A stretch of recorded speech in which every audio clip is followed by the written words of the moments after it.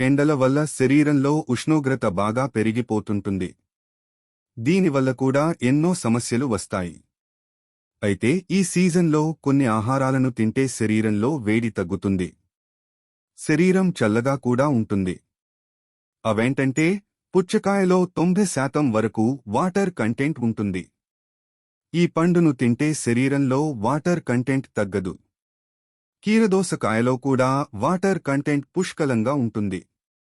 దీన్ని తింటే శరీర ఉష్ణోగ్రత తగ్గుతుంది. వీటిలో క్యాలరీలు కూడా తక్కువగా ఉంటాయి. స్ట్రాబెర్రీల్లో 91% వరకు నీరు ఉంటుంది. అలాగే వీటిలో విటమిన్ సి, యాంటీ ఆక్సిడెంట్స్ కూడా ఉంటాయి. టమాటాలను పచ్చిగా తిన్నా ఎన్నో ఆరోగ్య ప్రయోజనాలు కలుగుతాయి. వీటిలో నీరు, విటమిన్లు పుష్కలంగా ఉంటాయి. ఎండాకాలంలో నిమ్మకాయ నీటిని ఖచ్చితంగా తాగాలి. దీనిలో విటమిన్ సి పుష్కలంగా ఉంటుంది. ఇది మన రోగనిరోధక శక్తిని పెంచుతుంది. పెరుగు ప్రోబయోటిక్ ఫుడ్. పెరుగును తినడం వల్ల బాడీ హీట్ తగ్గుతుంది. ఎండాకాలంలో మనం కోల్పోయిన ద్రవాన్ని తిరిగి నింపడానికి, శరీరాన్ని హైడ్రేట్గా ఉంచడానికి కొబ్బరి నీరు సహాయపడతాయి.